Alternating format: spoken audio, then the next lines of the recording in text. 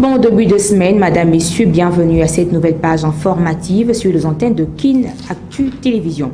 Aux nouvelles, le chef de l'État Félix-Antoine Tshisekedi s'est entretenu le dimanche 13 novembre dernier avec l'ancien président kenyan Uhuru Kenyatta, désigné comme facilitateur par le chef d'État de la communauté de l'Afrique de l'Est EAC dans le cadre du processus de Nairobi pour la paix et la sécurité à l'Est de la RDC. Facilitateur de la communauté de l'Afrique de l'Est dans le processus de Nairobi pour la paix et la sécurité à l'Est de la République démocratique du Congo, Uhuru Kenyatta, ancien président kényan, a entamé depuis dimanche 13 novembre 2022 une visite de travail de 48 heures à Kinshasa, où il a eu un tête-à-tête de plus d'une heure avec le président de la République Félix-Antoine Tshisekedi sur les préparatifs de la rencontre de Nairobi 3 prévue à partir du 21 novembre avec les différents acteurs engagés dans ces processus de paix. Après cet échange, l'ancien président kényan était dans la soirée du dimanche au siège de la MONUSCO pour des pourparlers approfondis avec le représentant de communautés des différentes provinces concernées par la situation sécuritaire à l'est du pays, notamment l'Ituri, le nord et le sud Kivu. Notons que les consultations se sont poursuivies ce lundi 14 novembre 2022 pour faire avancer le processus de Nairobi pour une paix durable dans l'est de la RDC et dans toute la région de Grand Lac. Cette fois-ci, on parle du déploiement de la force régionale en République démocratique du Congo. Vous le savez que le premier convoi de militaires kenyans de la force de la communauté des États de l'Afrique de l'Est sont arrivés le week-end dernier dans la ville de Goma en mission offensive aux côtés de forces armées de la République démocratique du Congo, le FARDC. La question de zones d'interposition ou de zones tampons n'est pas à l'ordre du jour. Voilà ce qu'a dit le porte-parole de l'armée ce 12 novembre 2022 à l'arrivée du premier convoi de contingent kenyan à Goma via l'aéroport international de Goma. Ces éléments arrivés dans le cadre des accords de l'EAC ont été accueillis par le sous-chef de l'état-major chargé de l'opération, chargé des opérations et renseignements, le général-major Chikochin Tambwe et le gouverneur militaire de la province du Nord Kivu, le lieutenant-général Constant Dumakumba. Najua jirani mzuri ni ule ambaye anasaidia jirani yake wakati ana shida. Kwa hiyo kwa jina ya Chief of Staff, kwa jina mkubwa, kwa jina la rais wetu wa Kongo, tunawapigia asante kwa kuwa mmekuwa kuhudhuria na sisi kutafutisha amani ndani ya Kongo. Mungu aliye hai apate kuwapatia nguvu na apate kuwabariki. Karibu sana.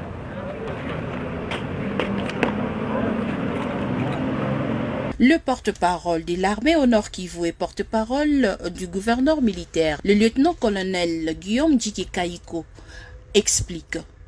Ils sont ici parce que, comme vous l'aviez suivi, dans la feuille de route, n'est-ce pas, du sommet des chefs d'État de Nairobi, les instructions, mais aussi les concepts étaient très clairs. Ils sont ici pour qu'ensemble, avec les forces armées de la République démocratique du Congo, nous puissions mettre hors d'état de nuire les M23 et les différents groupes armés qui mettent l'insécurité dans notre zone de responsabilité. Les instructions des chefs d'État, mais aussi les concepts sont très clairs. Les amis du Kenya sont ici en mission purement offensive. Rappelons que la province du Nord Kivu vit une forte crise sécuritaire, le banditisme, mais également la crise humanitaire très prononcée. Poursuite des combats entre les forces armées de la République démocratique du Congo, le FARDC et les groupes rebelles du 1-23. Le dimanche 13 novembre dernier, le terroriste et ses alliés ont tenté d'attaquer l'une des positions de forces loyalistes. Ils ont été chassés de Kibumba par l'armée congolaise. Et c'est ce que nous explique le lieutenant-colonel Guillaume Ndjike, porte-parole de l'armée congolaise au Nord Kivu. L'armée rwandaise et ses alliés du M23 ne cessent chaque jour qui passe de lancer des assauts sur nos différentes positions qui se trouvent à Kibumba. Alors, hier, dimanche 13, ils ont encore une fois de plus osé attaquer une de nos positions et ils ont fait face, n'est-ce pas, à la puissance des faits des forces armées de la République démocratique du Congo.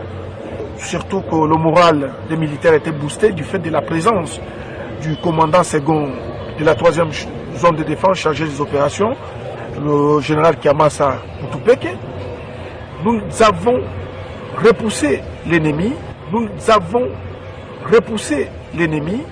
mais aussi il a connu beaucoup de pertes. Et à l'heure où je vous parle, nous sommes en train de les attaquer en profondeur. Ils sont en train de reculer et l'objectif des forces armées de la République démocratique du Congo, c'est de ramener cette agression d'où elle est venue. Donc, soyez rassurés et surtout, ce message s'adresse à notre population, qu'elle soit rassurée, que son armée n'abandonnera rien tant qu'un centimètre de la République démocratique du Congo sera occupé par les agresseurs rwandais. Un médecin congolais a été pris en otage lors de l'attaque dernière de groupe rebelle ADF dans la zone de santé de Kabacha, dans le territoire de Béni. De ces faits, le ministre de la Santé publique, Jean-Jacques Bongani, a encouragé le personnel médical à tenir bon malgré le moment difficile que traverse le pays. Chers compatriotes, nous venons d'apprendre avec consternation les attaques terroristes perpétrées dans la zone de santé de Kabacha dans le territoire de Béni. À l'issue de ces attaques, 3 personnes ont perdu la vie, une vingtaine de personnes disparues et un médecin kidnappé. C'est en ce moment que, en ma qualité de ministre de la Santé publique, Hygiène et Prévention, je viens encourager la famille du docteur Nziava Kejano qui a été kidnappé par des terroristes. Je saisis l'occasion pour dénoncer avec la plus grande rigueur cet acte de kidnapping qui vient mettre en difficulté le centre de santé de Kabacha parce que le personnel de santé apeuré, le centre de santé détruit, les médicaments pillés et un total désarroi qui envahit la population. En ma qualité de ministre de la Santé, publique, hygiène et prévention, je viens encourager le personnel médical à tenir bon malgré les moments difficiles. Le gouvernement de la République est aux côtés du personnel de la santé et nous déployons tous les efforts nécessaires pour sécuriser tous ceux qui travaillent dans les milieux en difficulté. Nous sommes confiants quant à la détermination des autorités locales de tout mettre en œuvre pour retrouver ce médecin, car il s'agit d'un personnel soignant de haute facture qui donne toute son énergie et toute sa vie pour sauver la vie des autres. Nous ne pouvons comprendre pareil acte provenant des gens qui n'ont aucun respect de la vie et du sens même de la noble profession qui est celle de soigner et de sauver des vies. En ma qualité de ministre de la Santé publique, hygiène et prévention, je viens rassurer tout le personnel soignant quant à la détermination du gouvernement d'être à son côté, parce que notre devoir est de sauver de vies et rien ne nous arrêtera. Convaincus de cet idéal, nous allons aller jusqu'au bout de notre sacerdoce. Le vice-premier ministre en charge de la fonction publique, Jean-Pierre Liaou, et le ministre de Finances, Nicolas Kazadi, ont tenu le samedi 12 novembre dernier une séance de travail qui a essentiellement tourné autour du lancement de la Direction générale du Trésor et de la comptabilité publique. Selon la cellule de communication du ministère des Finances, au terme de cette rencontre, le ministre Nicolas Kazadi a décidé d'ouvrir à partir de ce lundi 14 novembre les processus de recrutement pour un total de 10 postes clés des responsabilités au sein de la Direction générale du Trésor et de la comptabilité publique DGTCP, dont un directeur général, 2 directeurs généraux adjoints, 6 directeurs, ainsi qu'un agent comptable du Trésor qui sera également dans le même rang que les directeurs. À en croire la même source, les comités de pilotage de la réforme des entreprises de portefeuille de l'État de la République démocratique du Congo, Copirec RDC, a été désigné pour piloter et superviser les processus de sélection des animateurs au sein de la DGTCP, dont les candidats retenus seront officiellement connus avant 2023. Dans les mêmes registres, Jean-Pierre Liaou et Nicolas Kazadi Kadima ont martelé sur la considération d'éthique avérée afin que les recrutements compétitifs et rigoureux s'effacent en toute transparence dans le but de promouvoir la méritocratie. Ici est de noter que le directeur général du Trésor et de la comptabilité publique aura pour mission principale celle d'assurer la production des informations fiables ainsi qu'exhaustives grâce à un réseau de comptables publics, de garantir une meilleure gestion de la trésorerie, mais également de mettre en œuvre la politique budgétaire et financière de l'État congolais. Ouvert ce lundi 14 novembre, le procès Vidier Chimanga, l'ancien conseiller stratégique du président de la République, devant le tribunal de paix de Kinshasa, a été renvoyé au 24 novembre prochain. Les détails avec cet élément de Ruth Mboua. Le procès de l'ancien conseiller stratégique du président Félix Tshisekedi s'est ouvert ce lundi 14 novembre 2022 par les tribunaux de paix de Kinshasa-Gombe. Vidier Chimanga est poursuivi pour corruption passive, offense au chef de l'État, mais aussi trafic d'influence, suite à une vidéo devenue virale sur les réseaux sociaux, le montrant en train de négocier de pourcentages auprès des prétendus investisseurs en échange de son implication pour l'obtention du marché. Le tribunal de paix a levé cette option après les exceptions soulevées par les avocats de Vidier Chimanga qui ont évoqué notamment l'incompétence du tribunal de paix de poursuivre leurs clients par manque d'une plainte préalable. Les exceptions mises en avant par la défense ont été balayées par le ministère public qui a relevé la compétence du tribunal de paix en estimant que l'action introduite doit être jugée irrécevable. Rappelons par ailleurs qu'il a été placé en détention à la prison centrale de Makala le 21 septembre, puis libéré une semaine après. Il est dans la tourmente depuis la diffusion en septembre d'une vidéo où on le voit proposer un accès aux mines en échange d'une commission. Le parquet les soupçonne de la corruption passive et trafic d'influence. La communauté internationale célèbre en ce lundi 14 novembre la journée mondiale du diabète dans le but de sensibiliser le grand public à la charge croissante de cette maladie et mettre en œuvre les stratégies pour prévenir et faire face à cette menace que cette maladie représente. Le thème retenu pour cette année est l'accès aux soins du diabète. Le diabète, une maladie chronique grave qui apparaît lorsque le pancréas ne produit pas suffisamment d'insuline. Cette affection ne guérit pas, mais se contrôle. C'est dans ces cadres que chaque 14 novembre de l'année, le monde entier célèbre la Journée mondiale du diabète, une occasion d'informer le grand public sur les thèmes liés à des enjeux majeurs comme le droit fondamental, le développement durable ou la santé dans les buts de diminuer la mortalité et les complications liées à cette maladie. La génétique, l'âge et des facteurs héréditaires peuvent constituer des risques de devenir diabétique contre lesquels il n'y a pas de prévention.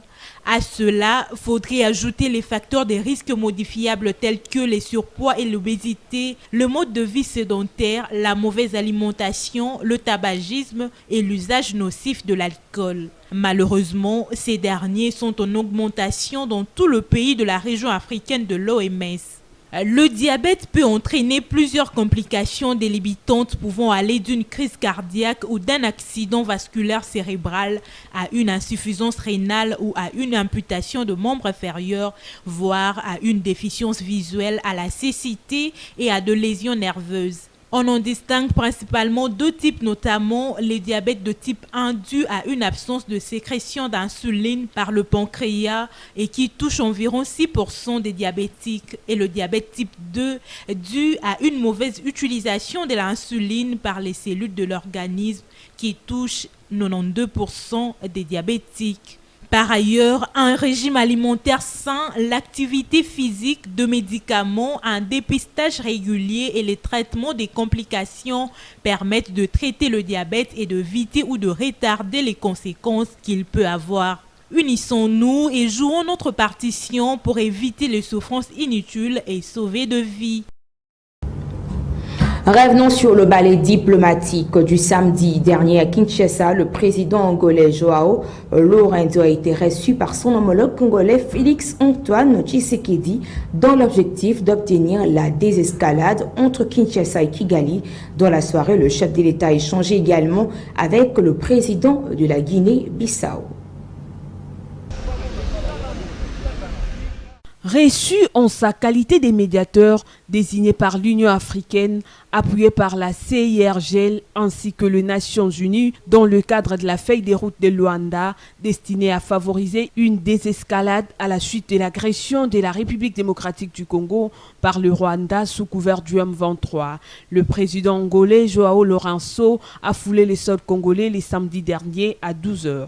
Après leur rencontre, une conférence de presse a sanctionné ces entretiens et a été animée par le ministre des Affaires étrangères de deux pays. Tété Antonio est revenu sur le rôle que joue le président angolais dans cette crise entre Kigali et Kinshasa. Qu'étant réuni dernièrement à Luanda, le ministre des Affaires étrangères et des Relations extérieures de trois pays s'était convenu qu'il fallait poursuivre tous les efforts prévus dans la feuille de route de Luanda et aussi dans les communiqués conjoints de la commission mixte RDC-Rwanda. Et nous sommes tous conscients de la situation qui prévaut aujourd'hui à l'est de la RDC. Et il est bien normal que le président Lourenço, en tant que médiateur, adapte aussi son action à l'évolution de la situation. Dans la soirée, c'était le tour du président de la Guinée-Bissau, Umaro Sissoko Embalo, d'échanger avec son homologue congolais Félix Antoine Tshisekedi sur l'état des relations bilatérales et la situation sécuritaire préoccupante dans l'est de la RDC. Il suit signaler que ces balais diplomatiques s'inscrivent dans le cadre de trouver une solution pacifique entre la République démocratique du Congo et le Rwanda en ces moments où les FARDC et le M23 sont en hostilité dans la partie est du pays. Les cofondateurs de l'association de jeunes notables de la Grande Orientale a convoqué une assemblée générale extraordinaire le dimanche 13 novembre dernier dans la salle de la paroisse Saint-Dominique pour dénouer la crise qui sévit depuis plusieurs jours au sein de la structure. Je vais passer à l'article 4 Pour mettre fin à la crise qui persiste au sein de l'association des jeunes notables de la Grande Orientale, notamment de la province de Bazuélé, Otolé, Ituri et Chopo, le comité directeur statutaire de l'association a organisé une assemblée générale extraordinaire pour mettre clair la vraie cause de la crise qui se vit actuellement au sein de la structure. Maître Jemin Bakuto a ouvert cette cérémonie par un bref historique de la structure ainsi qu'une lecture du statut lu par le secrétaire général Eli Corneille Ndani pour que tout le monde puisse comprendre la mauvaise foi de l'ancien président. La crise a débuté par une déclaration d'un politicien que l'ancien président avait trouvé cela comme inapproprié à l'endroit de l'espace oriental où il avait demandé de répliquer quant à ces. Les cofondateurs l'avaient expliqué que Agiteco, c'est une association apolitique qui ne peut pas se mêler dans les affaires politiciennes. Ces arguments solides l'ont conduit à suspendre quelques cofondateurs de la structure sans consulter la base. Sur ce, les cofondateurs ont décidé après une réunion. Décide, article 1er, est nommé président intérimaire de la GGO, M. Eboutaba Abakwito Germain. Dans cette harmonie au sein de la structure, le nouveau président intérimaire n'a pas manqué les mots. Ce que vous devez retenir, au cours de cette assemblée, il y a eu des propositions qui ont été faites par le comité, entre autres les élections, parce que jusque-là, le comité qui était en place jusqu'à présent, c'est un comité provisoire, auquel nous devons vite aller aux élections, parce que nous existons, la GNGO depuis 2020, ce qui fait maintenant 2 ans. Alors, c'était prévu pour 6 mois pour ce comité provisoire. Alors, ça nous a amené jusqu'à nos jours, ce qui fait maintenant 2 ans, c'est largement passé les délais. Alors, on a bien voulu aussi changer, comme nous serons bientôt en 2023, nous entrons aussi avec une nouvelle équipe du comité directeur de la GNGO. Bien sûr, nous sommes sûrs, parce que l'Assemblée a déjà donné son accord par rapport à cela. Et ensemble, je crois, avec tous les membres, nous y arriverons et puis nous organiserons cela bien avant que nous passions à l'année prochaine. Il faut retenir que lors de ces assises, les jeunes notables de la province orientale ont décidé d'organiser les élections dans 3 mois pour mettre toutes les batteries en marche pour l'avancement de la province orientale. Au niveau international, on parle du sommet du G20 sous la gouvernance de l'Indonésie, pays hôte, qui accueille du 15 au 16 novembre à Bali ces grands événements. Le 20 première puissance économique mondiale ont de nombreux sujets à traiter, les questions internationales à aborder, ainsi que la guerre en Ukraine qui pourrait mettre en mal la composition. Suivez. Depuis le mois de février 2022, les autorités indonésiennes préparent le G20 de novembre à Bali, en ciblant plusieurs axes prioritaires comme la santé ou la transition énergétique. Mais la guerre en Ukraine et le risque de crise alimentaire se sont invités dans les discussions, provoquant des profonds désaccords lors de rencontres en amont du G20. Alors que le sommet du G20 s'ouvrira le mardi 15 novembre à Bali, l'Indonésie se prépare à accueillir le plus grande puissance mondiale. Pour cet événement, la 17e réunion du groupe de 20, les grandes nations se réunissent dans un contexte international extrêmement tendu, avec notamment la guerre en Ukraine et la crise énergétique que cela engendre, ainsi que les menaces de la Chine sur Taïwan. Pour l'occasion donc, la sécurité maximale avec une omniprésence de l'armée indonésienne. Signalons par ailleurs que la République démocratique du Congo sera représentée par le ministre de l'Industrie Julien Paluku et Madame Eve Bazaïba, vice-premier ministre en charge de l'environnement. En sport, les Léopards dames handball de la République démocratique du Congo se sont qualifiés pour le quart de finale après avoir battu 32 contre 23 le dimanche 13 novembre dernier à Dakar, la formation algérienne en match comptant pour la deuxième journée de la phase de groupe de la 25e édition de la Coupe d'Afrique de Nations handball. La compétition a démarré depuis le mercredi 9 novembre dernier. Les Fauves congolais poursuivent de la belle manière leur campagne africaine. 3 jours après leur victoire d'entrée devant l'équipe capverdienne sur la note de 27-19, elles ont réussi à prendre le dessus sur les Fennecs algériennes en dominant la première période 16-10 et 16-13 pour la seconde période. Un succès qui permet aux Congolaises d'obtenir leur ticket pour le quart de finale de cette compétition. Elles disputeront la première place du groupe B face aux championnes en titre, les Palancas Negras angolaises, lors de la 3e et dernière journée de la phase de groupe, ce lundi 14 novembre dans la soirée. Signalons que l'équipe angolaise compte 2 victoires comme les Léopards de la RDC. Pour rappel, les 2 premières équipes de chaque groupe dans cette compétition ainsi que le 2 meilleurs 3e de l'ensemble des groupes seront qualifiés pour le quart de finale sur les 13 équipes qui prennent part à cette compétition.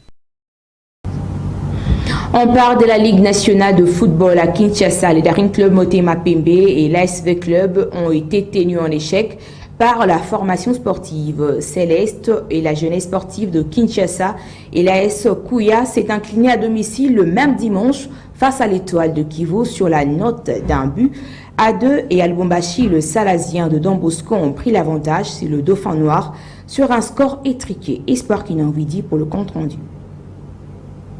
Les Moscovites de Kinshasa ont frôlé à une première défaite cette saison face à la jeunesse sportive de Kinshasa en début de la soirée du dimanche 13 novembre dernier au stade de Martyrs de la Pentecôte, un match comptant pour la 5e journée de la Ligue nationale de football.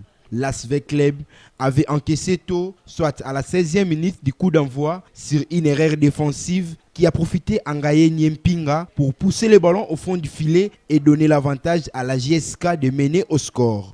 Attention avec cette sortie loupée de Sofiane Ouedraogo, le but de la JSK. Il a bien profité de cette bourde pour marquer le but contre Vita Club.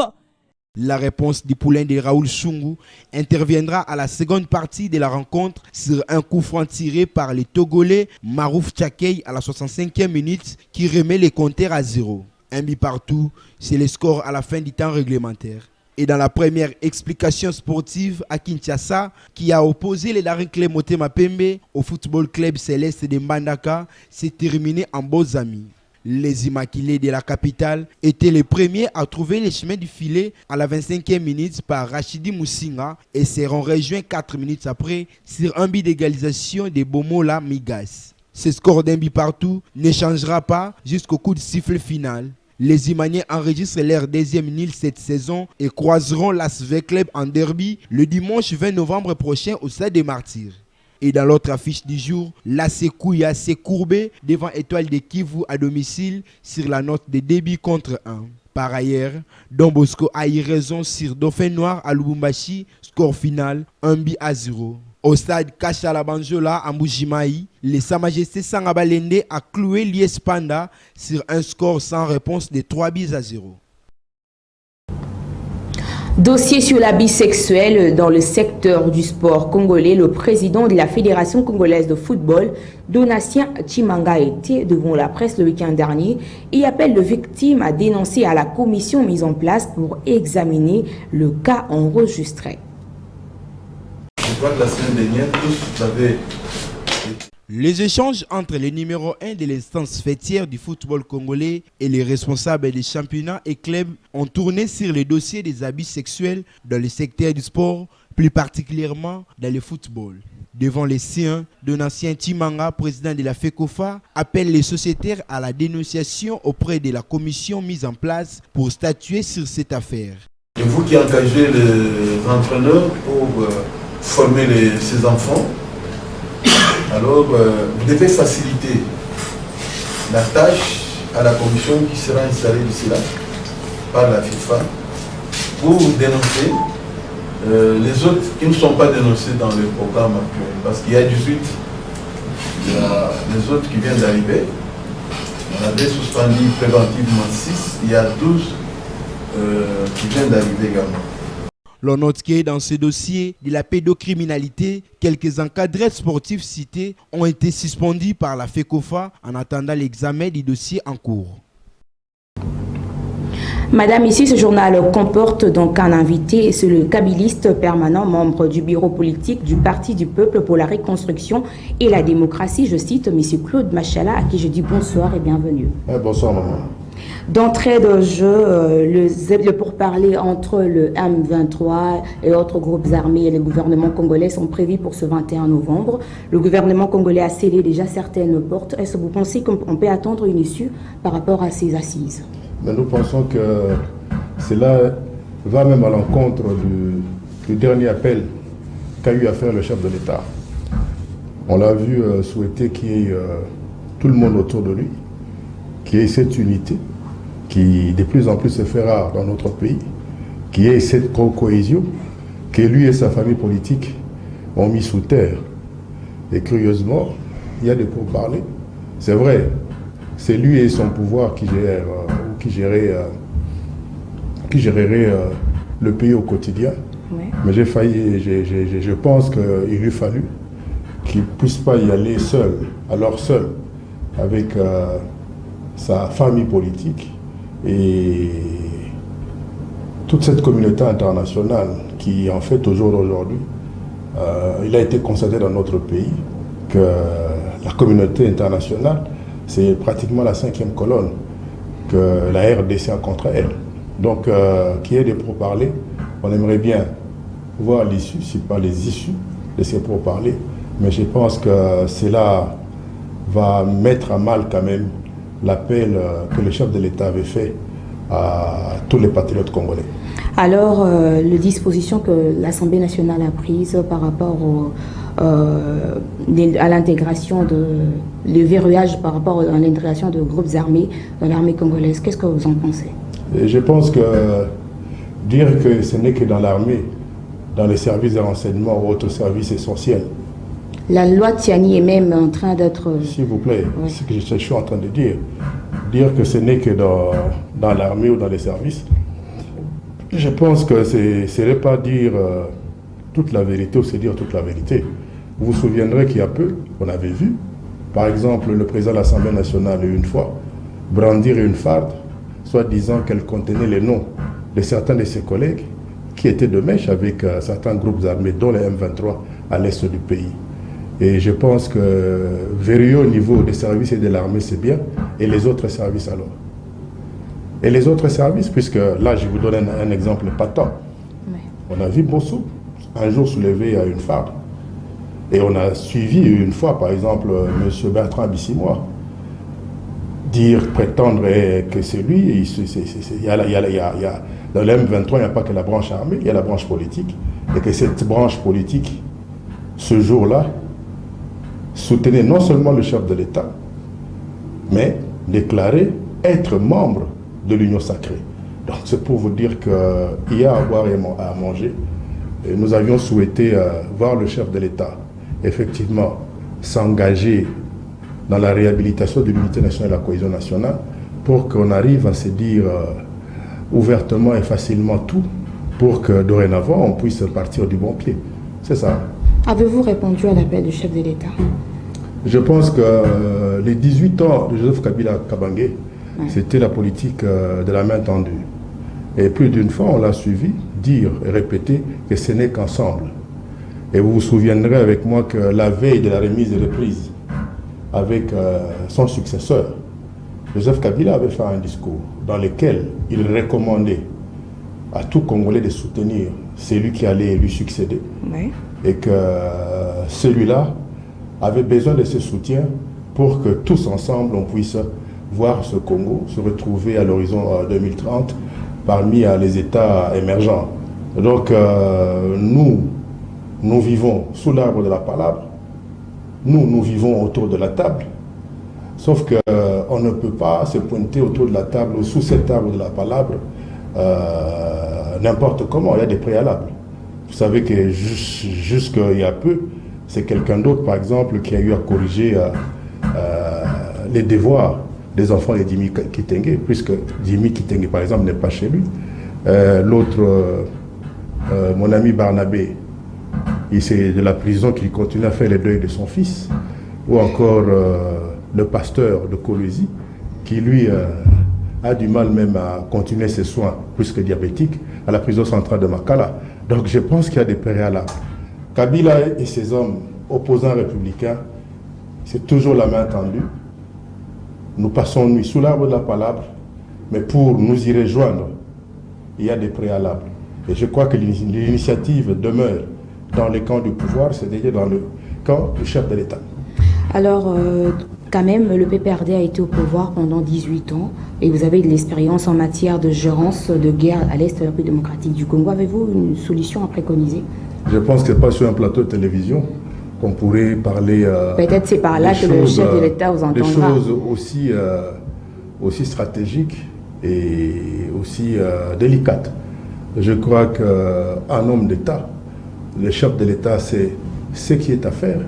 Et Joseph Kabila, qui lui a su prouver que c'est vraiment un vrai homme d'État, c'est vraiment un patriote, quelqu'un qui a la passion du Congo, c'est pas à lui qu'on va aller demander de se faire supplier pour aider à ce que le musée nous avait tous recommandé, c'est-à-dire ne jamais trahir le Congo, ne jamais céder même le moindre centimètre carré de notre territoire à qui que ce soit. Donc Joseph Kabila, il est toujours là, il est toujours dispo, et que les préalables, c'est dans l'autre camp. Alors, la guerre à l'Est de la République démocratique du Congo, d'après vous, elle est-elle justifiée? Le Rwanda a-t-il raison ou bien les forces armées? Moi, je pense que plus d'une fois, on a eu à prouver que Paul-Adolphe Kagame, ce nazi de temps moderne, ce pol-potiste, est au service d'une certaine communauté internationale. Et que plus d'une fois, Paul Kagame a toujours cherché à justifier son agissement à travers un certain syndrome de la victimisation. C'est à nous, Congolais, de comprendre que Kagame ne profite que de l'une de nos grandes faiblesses. Et l'une d'elles, c'est le manque de cohésion entre nous, c'est le manque d'unité. Et nous posons des actes, même dans les médias, des actes qui ne font qu'encourager M. Kagame à penser qu'il est appelé par exemple, à défendre une certaine frange de notre population. Je n'ai cessé de dire plus d'une fois que le territoire de la RDC est occupé par 5 populations. Nous avons les Pygmées, les Sémi-Bantous, les Bantous, les Nilotiques, parmi lesquels il y a les Tutsis, et puis nous avons les Soudanais. Allez-y comprendre pourquoi nous avons des problèmes avec une composante d'un des groupes de population qui occupe la RDC, c'est-à-dire les Tutsis qui sont parmi les Nilotiques. Donc cela va sans dire que Kagame se servira toujours de cela tant que nous autres, nous ne comprendrons pas qu'à force de stigmatiser le Rwandais ou ceux qui ont la même tête que certains Rwandais, puisque au Rwanda, il n'y a pas que les Tutsis. Au Rwanda, il y a aussi des Bantous qu'on appelle Hutus. Au Rwanda, il y a aussi des Pygmées qu'on appelle les Tois. Et je pense qu'au jour d'aujourd'hui, nous, Congolais, nous avons intérêt, par exemple, de par le biais de cette solidarité qu'a réallumé le fils de Museveni, quand il dit que partout il faudra aller aider ses frères Tutsis, ils sont prêts à aller. Et nous aussi, il faudrait que nous comprenions que nous avons intérêt, puisque au Rwanda, il y a aussi une opposition, il faudrait qu'un jour, nous aussi, que nous allions au Rwanda pour défendre nos frères Hutus, c'est-à-dire Bantous, et aux Pygmées aussi de suivre les pas, puisqu'ils sont Congolais, de venir avec nous, eux, à leur niveau, de défendre aussi les Tois qui sont leurs frères. Et je pense que ça sera match nul. Et la communauté internationale, quand bien même au jour d'aujourd'hui, son représentant, qui est l'un des fournisseurs d'armes au M23, j'ai cité Antonio de Guterres, qui est le secrétaire général des Nations Unies, qui n'a cessé de jeter des fleurs à ces terroristes du M23, au point d'en faire même une armée régulière selon lui. Donc, Kagame, il faut l'effacer par tous les moyens. Vous savez, au jour d'aujourd'hui, les Occidentaux pensent même à éliminer physiquement Poutine. Mais pourquoi nous ne penserons pas aussi à comment éliminer Kagame physiquement? Pourquoi pas? Alors, un message aux forces armées de la République démocratique du Congo. Les FARDC, nous sommes derrière vous. Ce n'est pas que nous ne faisons que prier, mais nous sommes avec vous. Nous encourageons tous nos jeunes gens qui peuvent aller sous les drapeaux de le faire, et parce que c'est cette énergie nouvelle qu'ils apportent au FARDC qui pourrait aider à ce que le vœu de Mzee Laurent Désiré Kabila, qui avait été série de voir la guerre retourner d'où elle était venue, c'est-à-dire arriver à ce que ceux de Rwandais qui n'ont pas besoin de Kagame à la tête de leur pays puissent aussi avoir droit et à avoir tout le droit dans leur pays. Donc, nous ne sommes pas pour la guerre, mais nous sommes pour la libération totale de notre pays et surtout de ces territoires occupés. Et cela va sans dire que la réhabilitation de notre dignité. Or, notre dignité n'est pas que par le départ, par le biais de nos forces armées, de M. Paul Kagame, de la tête du Rwanda. Alors, vous êtes quand même membre du bureau politique du PPRD. Un mot par rapport à vos organisations et autre chose? Nous sommes en train de nous préparer pour 2023. Je crois qu'il y a une redynamisation qui est là. Les autres, je ne peux pas parler ici de nos stratégies et compagnie. Le PPRD est déjà en pole position. Nous sommes déjà en ordre de bataille. Vous avez un candidat président? On l'aura le moment venu. Vous savez que jusque-là, il n'y a pas de CENI. Nous apprenons seulement à chaque fois dans les médias qu'il y a un certain M. Kadima qui est à la tête d'une des cellules de base de l'UDPS, qui s'est fait passer malheureusement pour la CENI, qui de temps à autre part des élections, alors que jusqu'à preuve du contraire, il n'y a aucun consensus. Je crois que vous avez suivi les grandes confessions religieuses qui sont revenues sur ça. Le consensus est toujours le consensus. J-341, pardon. Et ce jour-là, si les élections ne sont pas organisées, nous ne ferons qu'appliquer le droit qui est le nôtre, qui est dans la Constitution, l'article 64. Et non seulement cela, et nous nous souviendrons toujours de cette jurisprudence qui avait été créée par l'actuel chef de l'État à l'époque, farouche opposant de Joseph Kabila Kabange. Il lui a dit plus d'une fois ce qu'est l'élection est, c'est-à-dire Joseph Kabila paie à Zate. Donc une transition avec Félix, c'est pas possible? On n'a pas besoin d'une transition puisque tout est dans la Constitution. Alors, un message pour clore cet entretien? Le message est que C'est comme le disait toujours Joseph Kabila Kabange, ce n'est qu'ensemble que non seulement on pourrait reconstruire ce pays, on pourrait aussi reconstruire la cohésion et l'unité nationale. Et il y a peu, son successeur l'a pratiquement suivi dans le même sens quand il a eu à dire mettons nos divergences de côté. Mais dans son chef, on aimerait le voir quand même satisfaire à certains préalables. Nous souhaiterons par exemple que demain nous apprenions que tous les prisonniers d'opinion sont rentrés chez eux, surtout à commencer par mon jeune frère Jimmy Kitenge. Alors, Madame, ici, c'était donc M. Claude Machala, membre du bureau politique du Parti du Peuple pour la Reconstruction et la Démocratie. Cet entretien s'arrête là. On s'est dit au revoir et à la prochaine édition.